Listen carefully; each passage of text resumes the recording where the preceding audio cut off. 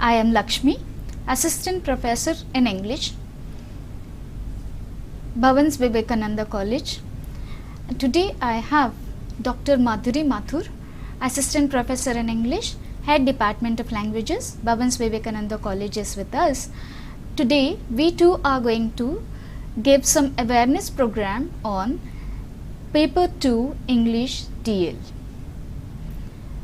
The paper DL Paper 2 consists of 150 questions.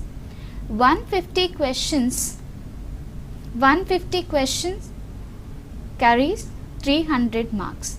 Here each question carries 2 marks here, and the time duration for this paper is 150 minutes. It means almost 2.5 hours the candidate will have. Means each question 1 minute time will be given to you. As this DL paper covers from language, literature and literary comprehension works, you need to be very careful while answering these questions. I request Dr. Madhuri Mathur ma'am to continue. Good afternoon everyone. So today this is an awareness program on Paper 2 English DL, and we are going to begin with Unit 1 now. Now Unit 1, as you see, it talks about genres, it talks about movements, schools and also concepts. Now it is a vast syllabus in Unit 1 itself. You can see that there are 5 parts in Unit 1, and there are a lot of terms, concepts and movements that are mentioned here. So the first one talks about Renaissance, Reformation, metaphysical poetry, neoclassicism, Puritanism and so on. And then we have some some theories about structuralism, post-structuralism, etc. We also have to discuss criticism, literary criticism, right from Philip Sidney up to Matthew Arnold. We go on to other concepts like neo-criticism, feminism, etc. And finally there is a discussion on literary genres, poetry, fiction, prose and drama. Now let us begin first with Renaissance. I will share with you the details of topic 2 when we come to that. So what is Renaissance? Renaissance literally translates to rebirth, and this was a period of revival. There was a renewed interest in ancient languages. There was also a return to classical models and classical ideals, and the characteristic features of the age include humanism, a spirit of new learning, a sense of beauty and aesthetics, and poetry, drama, prose, all these 3 forms flourished during this period. Some notable writers of this age are Spenser, Sidney, Ben Jonson, Shakespeare, Marlowe, Francis Bacon and others. We next look at what is Reformation. Now Reformation was a movement that sought to purify the ills within the Church of England. So this was like doing away with unnecessary rituals, it was like doing away with superstitions, and it had also a sense of deepening of moral earnestness and spiritual values. Now what is metaphysical poetry? Metaphysical poetry is a blend of emotion and intellectual ingenuity. This is characterized by conceit. You might have heard the term metaphysical conceit. So that is a characteristic feature of metaphysical poetry. And this conceit brings together apparently unconnected ideas. Now the chief poets of metaphysical poetry are John Donne, then we have Henry Vaughan, Andrew Marvell, John Cleveland, Abraham Cowley, George Herbert and Richard Crashaw. Next we go on to neoclassicism.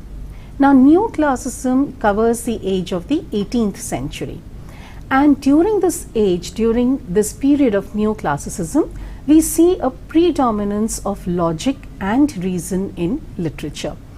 There is a lack of passion and emotion, and poetry is more satirical and didactic at this time. The notable writers of this time are Pope, Dr. Samuel Johnson, Steele, Addison, Defoe, Swift, Richardson, Fielding, Smollett and others. I next go on to the next term here, that is Puritanism. Now Puritanism was like a religious reform movement, okay, and they also sought to purify the Church of England. So this also had an effect on the writing, on the literature of the time, and that you will need to look at the examples there. We next move on to Restoration. Now Restoration period in English literature coincides with the restoration of monarchy in England, and this is in the year 1660. And this restoration of monarchy takes place after the Age of Commonwealth. So poetry, the most famous poet of this time is Dryden. Theatre flourished during this time, and the most famous dramatists of this period are George Etheridge, William Wycherley, John Vanbrugh, William Congreve. Novel also was predominant in this time. Also biography, there was a lot of travel writing, and the pamphlet also came up during this period. We next move on to define Romanticism. Now what was a Romantic movement in literature? This came as a kind of reaction to the rationalism of the 18th century. You remember we spoke about the neoclassical age in which there was a lot of focus on logic and reason, rationality. Now Romanticism is like a response to that, a reaction to that, and here the emphasis is on the individual. The emphasis is on what is imaginative, what is spontaneous, what is emotional, and what is transcendental. So it it suppresses the predominance of logic and reason. Then the lyrical ballads of William Wordsworth and Coleridge are the seminal work during this period, and other major poets of this time are Blake, Keats, Byron and Shelley. We next move on to the Victorian age. Now the Victorian age in English literature coincides with the reign of Queen Victoria, and this is in the 19th century. Now this was an age that was characterized by a crisis of faith. There was a crisis in terms of faith in religion. There was a lot of questioning both in the field of religion as well as politics. So there was a crisis in terms of what to have faith in, what to believe. Is science correct? Is religion correct? Does religion give all the answers? And what should we believe in? So the age is marked by this kind of a crisis of faith. Now the main literary genre of this period is the novel, and the main focus in the literature of this time is social issues. There are major novelists like Dickens, Thackeray, the Bronte sisters. Then we have Eliot, Hardy and Kipling. The most notable poets of this time are Browning and Tennyson. The dramatists of this time are Shaw and Oscar Wilde. There are also other forms of literature which came up during this period. There was children's literature, there was also non-fiction writing, nature writing, and also a form of literature that that was like the supernatural form of literature. Now we look at these terms realism and naturalism. Now realism is a literary style which focuses on the accurate representation of life and its events, and it often focuses on the mundane details, and it also seeks to portray life as it is. So it does not idealize life, it in fact shows it in reality as life is.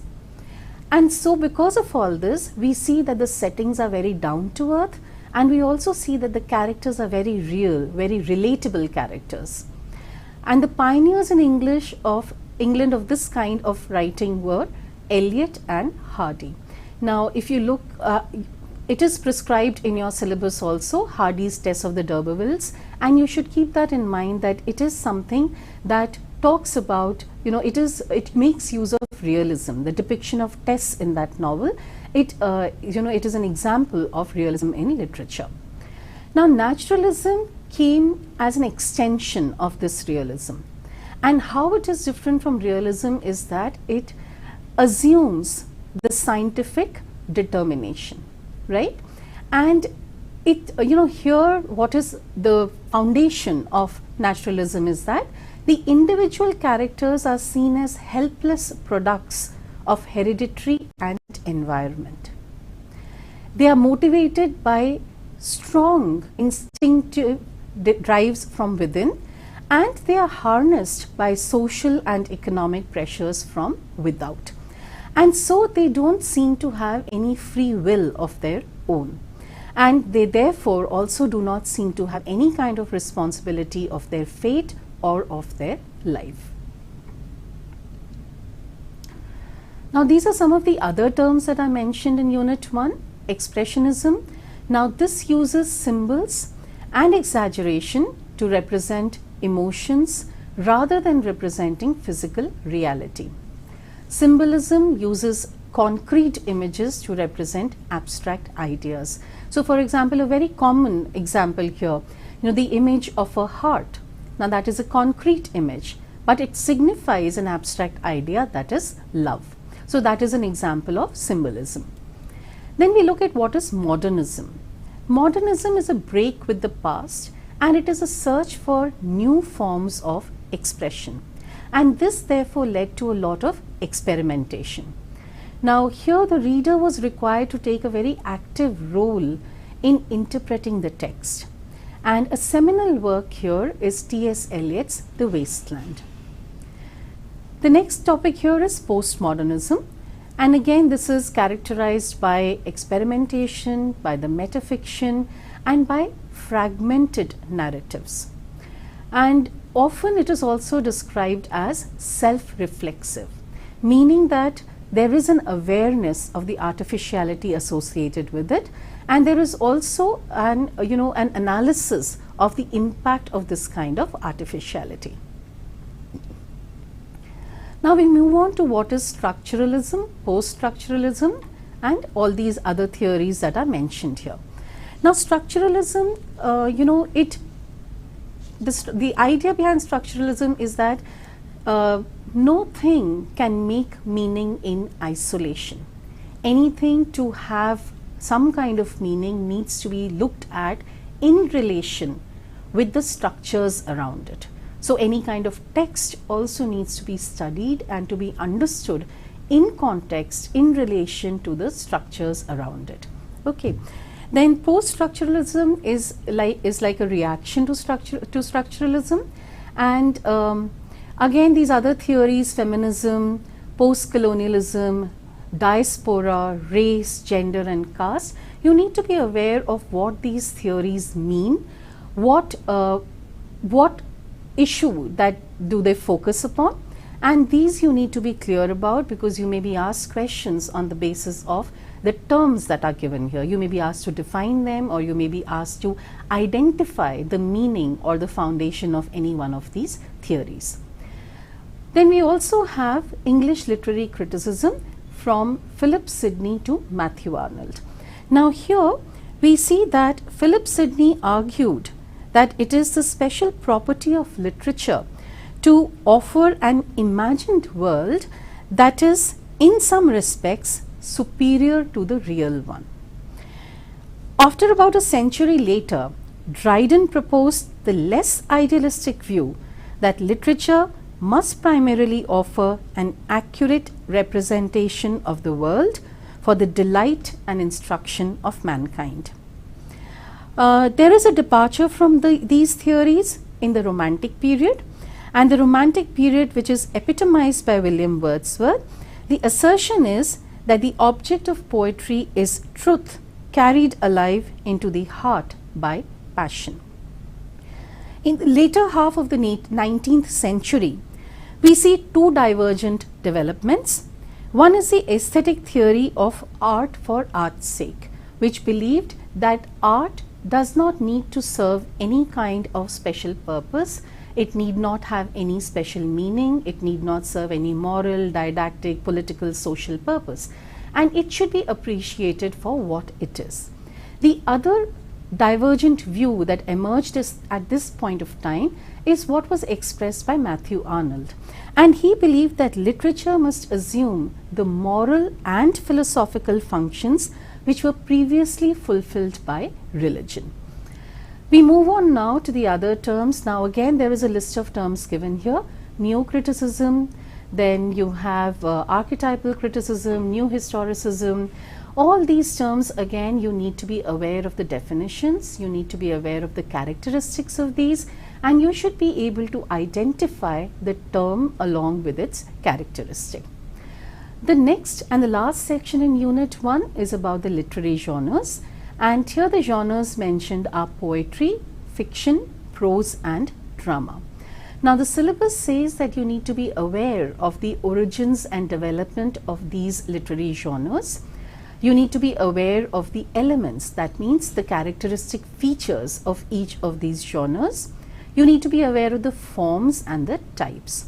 Now if we look at poetry, then poetry, there can be various types and forms of poetry. We have the ballad, we have the sonnet, we have the elegy, we have the ode. So there are various different forms in which poetry can be written and expressed. So you need to be aware of these types of poetry.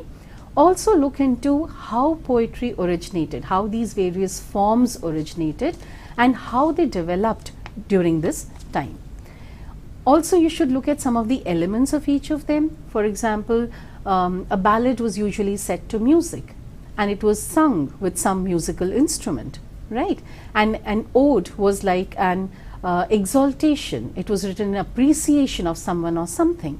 So you should know these characteristic elements and features of various kinds of poetry.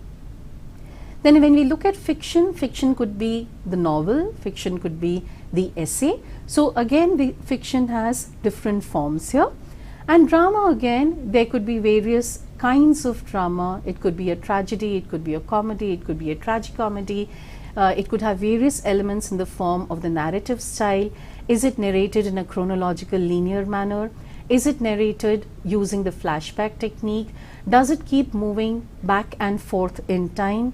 What kind of a narrator it has? Does it have an omniscient narrator? From whose perspective the thing is being portrayed? So we can have different forms of all these literary genres that I mentioned. Focus on these subpoints which are mentioned here: the origin and development, the characteristic features and the different forms of these literary genres. Now these are the tips for preparing the first unit of your syllabus.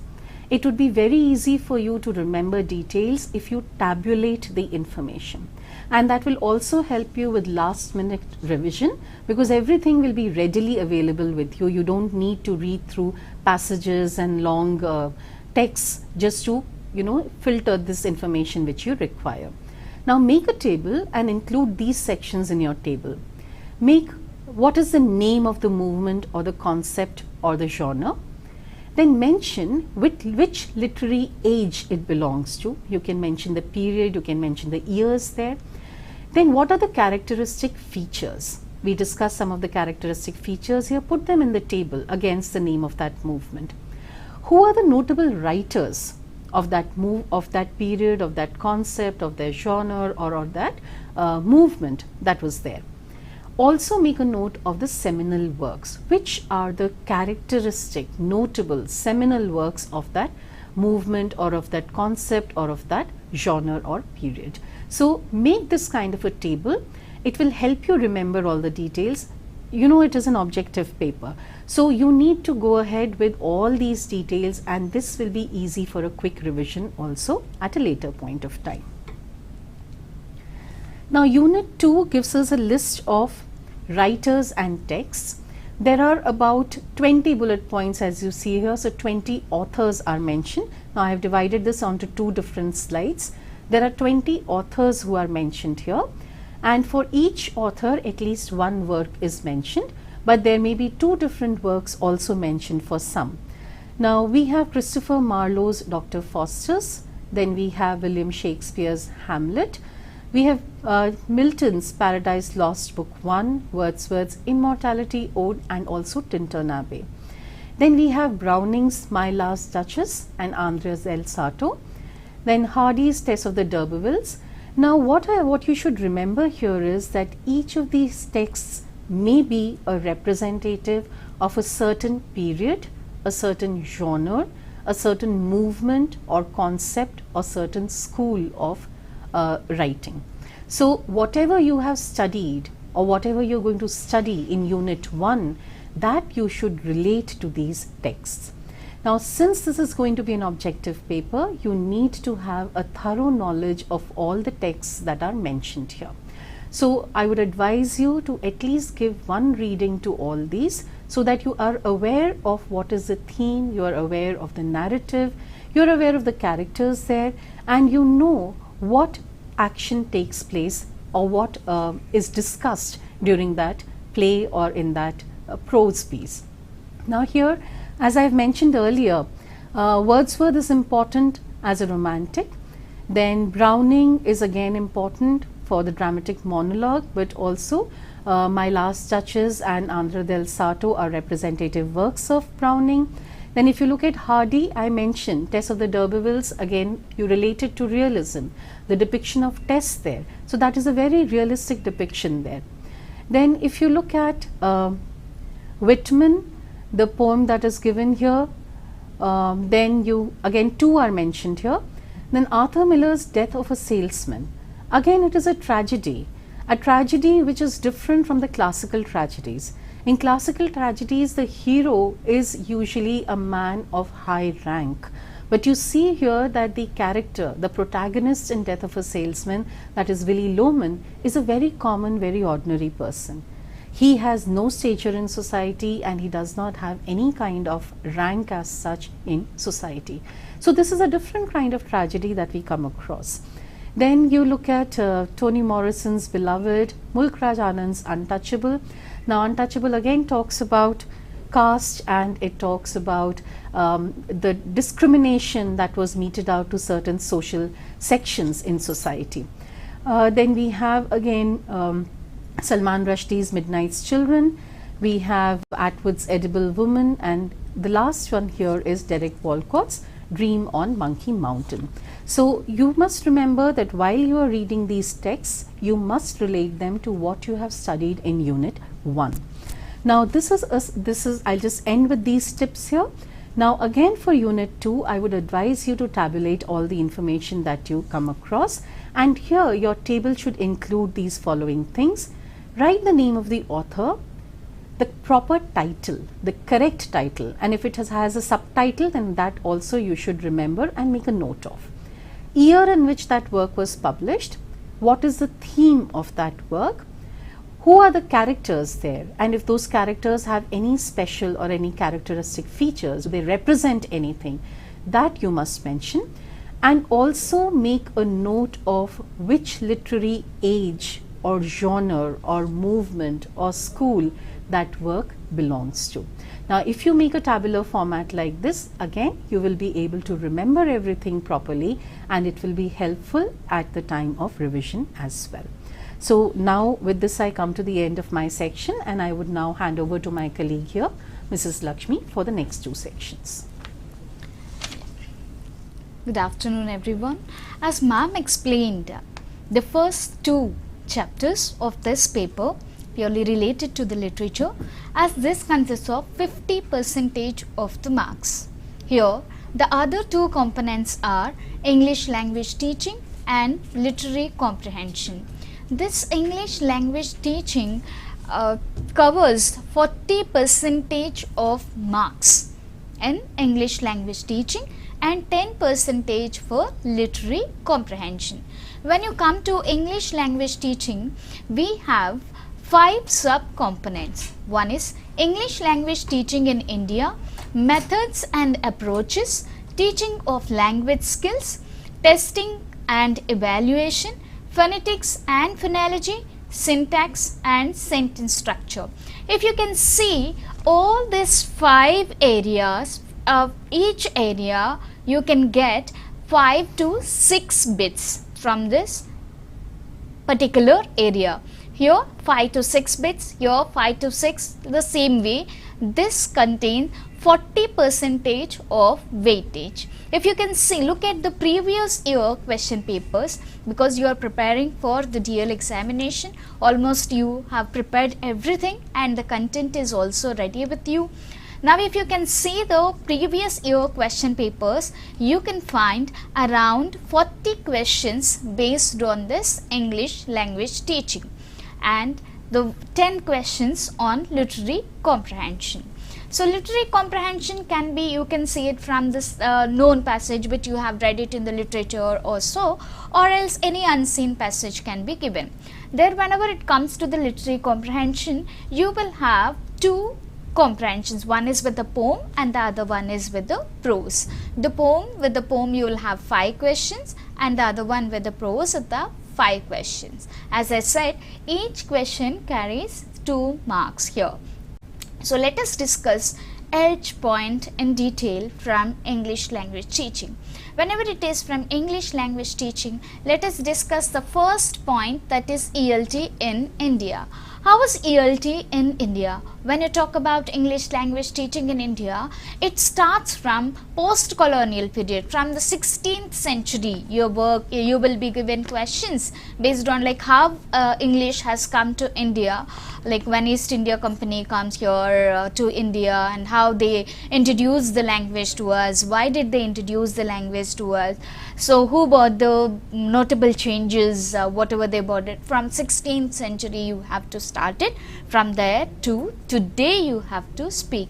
If you can see here in English language teaching, the history and status of English in India, this is mainly divided after the independence. This is mainly divided into 2 categories. One is policy level, the other one is academic level. If it is one is policy level, here you need to remember the commissions and the committees which was planned. From the policy level, the commissions you have SEC commission, the other one is IEC commission, and the next one is 3 language formula, the other one is NP. What is SEC? SEC is Secondary Education Commission. The Secondary Education Commission has formed under the guidance of Sarvepalli Radhakrishnan. This is also called as SRK Commission. And what are the rules, regulations and all has been given in this committee, how the English can be used, what is the way, what are the notable changes we can bring in if we can use the English in Indian purpose or in Indian context. This is all has been explained here. And coming to the Indian English Commission, Indian English Commission, this has been done by Dr. Kothari Commission. This is also called as Professor Kothari, who was introduced that, and he was the in charge for it. So this is also called as Kothari Commission. So what are the rules, what are the policies he have framed, and what are the things, notable principles he brought into to learn the language, all has been specified here. So you should have a clear understanding of what is Kothari Commission or Indian Education Commission. The other one is 3 language principle. 3 language principle has been introduced by the Jawaharlal Nehru ji. Under his guidance, this has been, because those were the days people never used English. English, because Britishers have brought to our country, it has been used as only official language. Though we drove away Britishers from our India, we sometime like we thought that we could retain the English for official purpose. So in that case, Nehru ji brought this these principles, and he put forth this idea to the government, saying that 3 language principle. This 3 language formula talks about, one is with the vernacular language, the other one is the national language. Our national language is Hindi, and then the next importance is given to the vernacular language, and the third importance should be given to English. This is what 3 language formula talks about, and you should learn, or you should give a quick go through on all this, what is this 3 language formula talks about. The other one, the notable change in that policy level is NP, National Education Policy. Actually this was introduced in 1986, and what are the changes, notable changes which has been brought with respective to the language teaching and all have been included in this. The next one, whenever it comes to the academic level, we have Kunjuri Committee. Kunjuri Committee talks about how English has brought and all, and then we have Banerjee Committee. We have study group. Here in this study group, people have explained, or people brought It is English can be taught through content. It is not necessary that English can be taught through literature, because those were the periods people used to learn English, and people used to give prominence to learn English through literature, because when they use the novels, when they use the classical, the poems, when they use the classics, when they use the dramas and all, based on those the people used to pick up the language. But in this new education study group, here people have said that it is not necessary. It is, of course it is okay, it is important, people can learn the language from the literature, but on the other hand people can learn the language based on the content. Here the group discussions with the role plays, because here it is based framed only purely on the learner center method. Whenever it comes to the next committee, that is CDC committee, Curriculum Development Committee, the other one, this also brought what are the notable changes we can make in the while preparing the curriculum, and it is completely learner centered curriculum. The other notable topic which we can talk about is English as a second language, how English emerged as a second language. English emerged as a second language because people, though after Britishers moved from our country, we came to know that the official purpose English is mandatory, because English is considered as one of the prime language to convey the ideas and communication with the rest of the world. That's the reason English has been adopted, and English has become a lingua franca of the world. That's the reason English is called as global language. The next concept we have it here is the methods and approaches in ELT. Coming to the methods and approaches in ELT, we have grammar translation method, direct method, audiolingual method, the natural approach, the cognitive approach, the communicative language teaching, task-based language teaching, content-based instruction, the lexical approach, the humanistic approach. Let us talk about what is grammar translation method.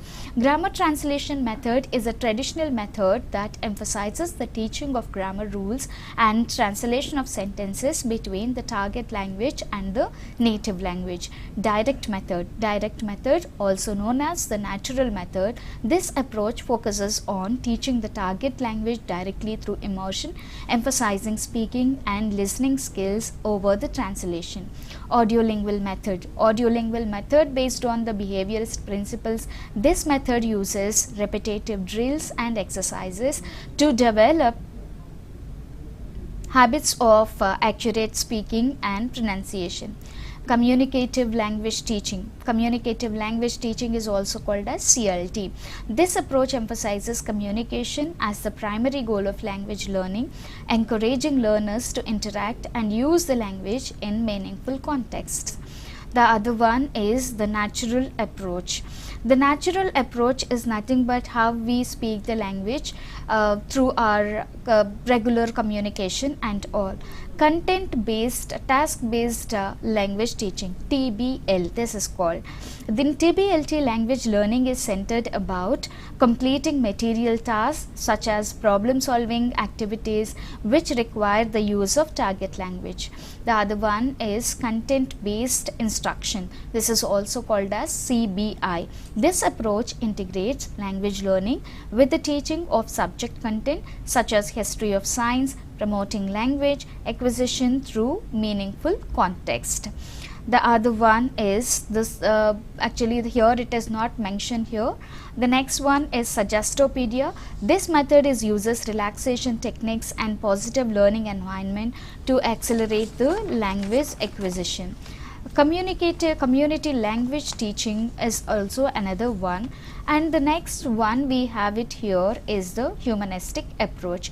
Humanistic approach emphasizes the individual needs, feelings. This approach encourages learner-centered, supportive and non-threatening environment. So these are the very few methods and approaches which have been told you, or which have been given emphasis on this. If you can read thorough with the examples, you will be able to answer 5 or 6 questions which covers this particular topic. The other topic we have under ELT is teaching of language skills. How can a language can be taught using these language skills? As we know that listening, speaking, reading and writing are called as the language skills. Speaking skills and writing skills are called as the productive skills, wherein listening skills and reading skills are called as the receptive skills.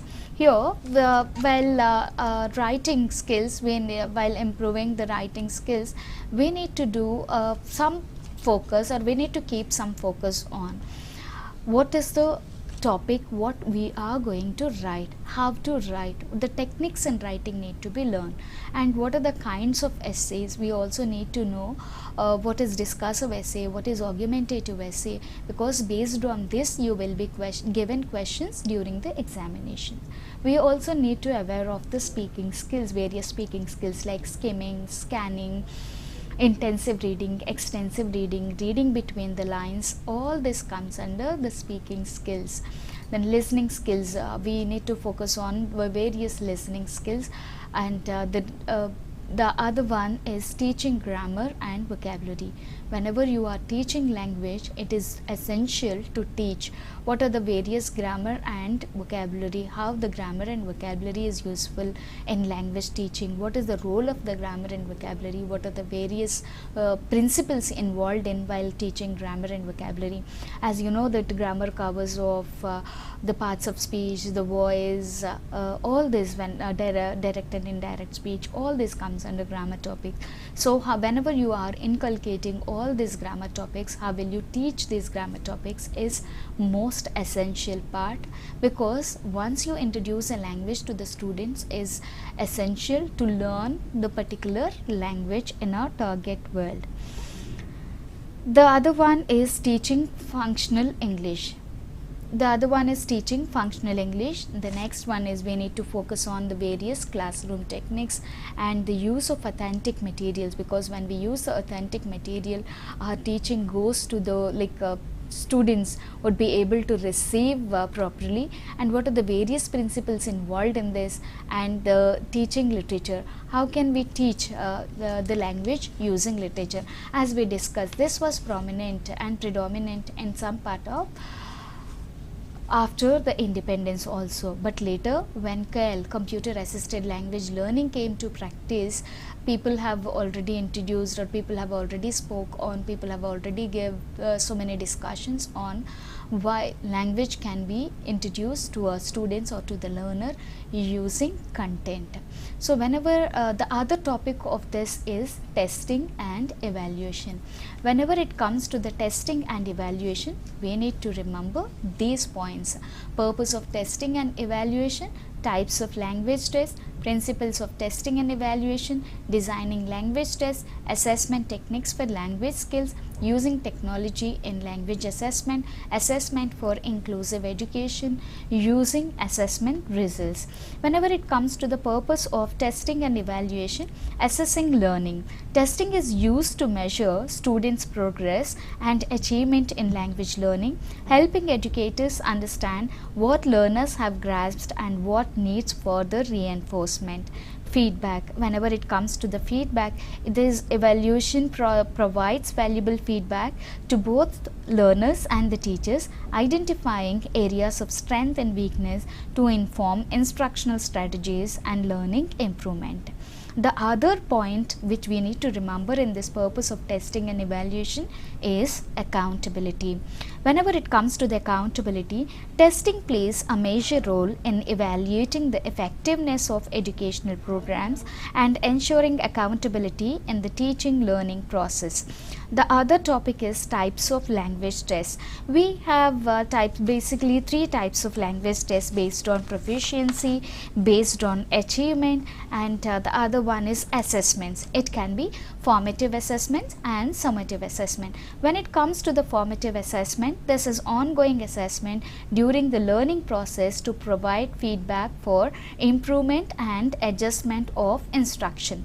Summative assessment here in this evaluation conducted at the end of the course or specific period to gauge the overall learning outcomes. The next point here is principles of testing and evaluation. The principles of testing and evaluation majorly done in 4 ways. One is validity, the other one is reliability, next objectivity and practicality.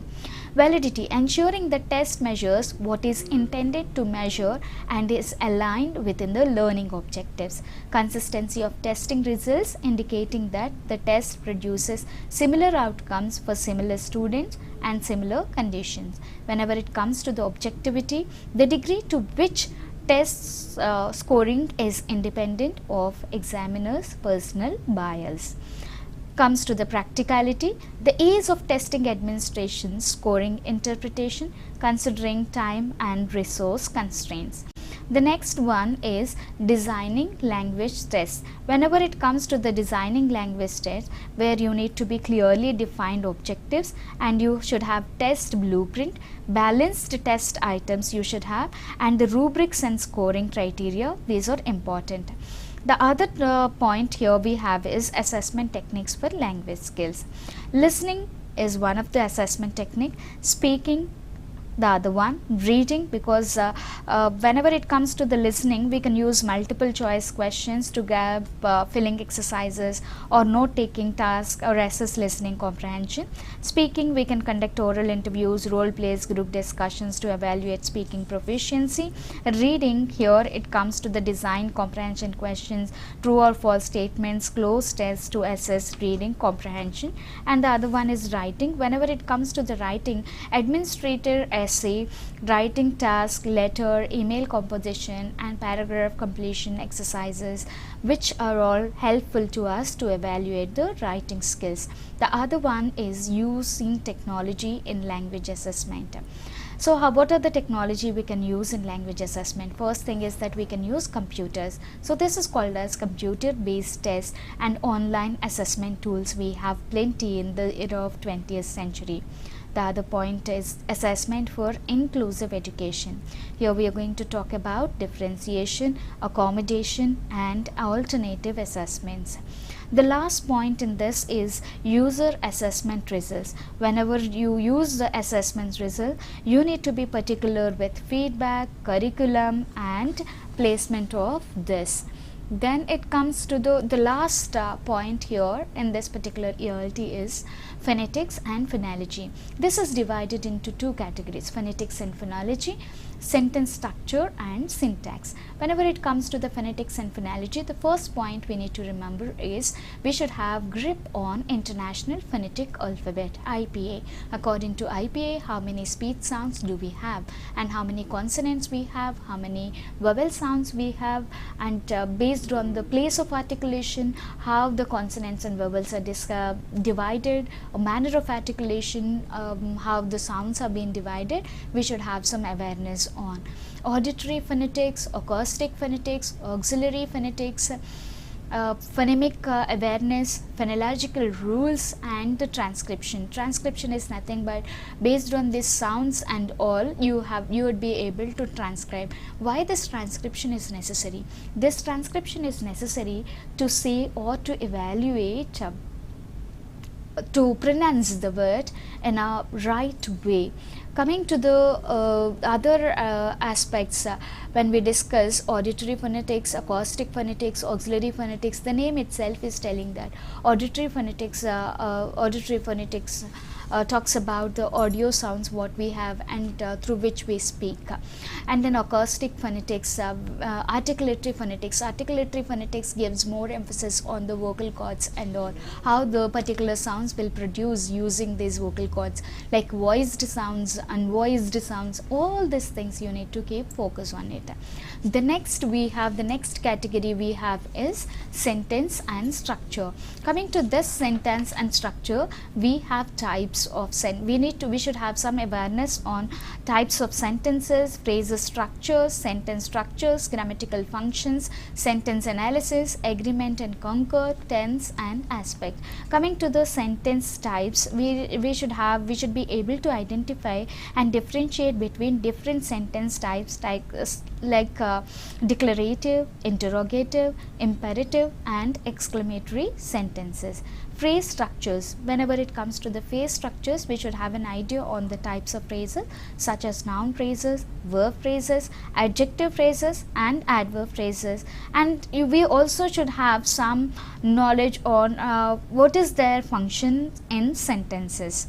Sentence structure, because we need to understand the basic word order in English sentences like subject verb agreement. We should have some this is also nothing but called as concord, and we should be able to identify the grammatical functions, the role of subject, verb, objects and complements in sentence structure, and understand how they contribute to meaning.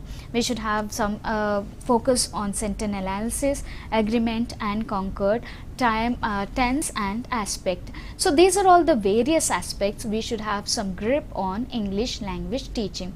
Based on this, I would like to emphasize on few questions, how you will get the questions. Here these are the questions which I took it from previous year question papers. In early 20th century, English was taught in India through literature, films, theatre and language lab.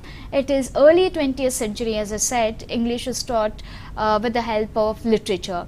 In ELT, so this is from the first topic under ELT, English language teaching. This question is emphasizes on the first topic, and the other one like under the history of English language teaching.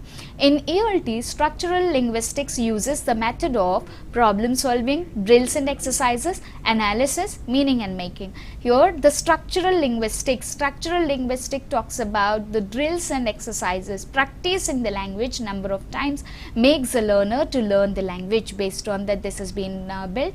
So this is from the, if you can see, this is from the unit of from the second part of this ELT unit, and the other one is the questions. The characteristic feature of the grammar translation method is a focus on learning. So this is also from unit topic 2, the language in content, rules of grammar, grammar in context, communication through translation. Here this grammar translation method, as we discussed, that this focus on more on rules of grammar. Argumentative writing cannot be taught by topics like, this is from the third, how can we teach the language, especially from the writing skills. This is minimum wages for a man and women, the ideal age to start voting, types of mountains in the Himalayan range, the benefits of television views. Minimum wages for men and women is argumentative topic, not at all. Here see, the question is cannot be taught. It's not, so you are not supposed to confuse. Read the question and understand it.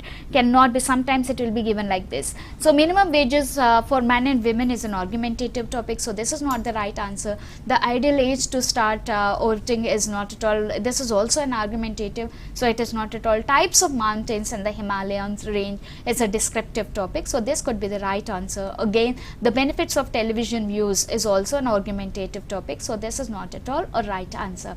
Coming to the question of the fifth question, if you can see, dynamic assessment believes that, what is this dynamic assessment? This dynamic assessment, if you can see, this is from the topic testing and evaluation. This is happens, we should assess again and again. Dynamic assessment always focus on testing again and again. We should assess after feedback, assessment should be surprise, none of the above. So this should be the right answer, we should assess again and again. The next question, if you can see, the following has a short vowel phoneme. If you can see that this particular question is from phonetics and phonology. To, so, father, sit. Short vowel, we have sit. To is we have a long vowel, so is a long vowel, father is a long vowel, whereas here we have short vowel sound with the sit.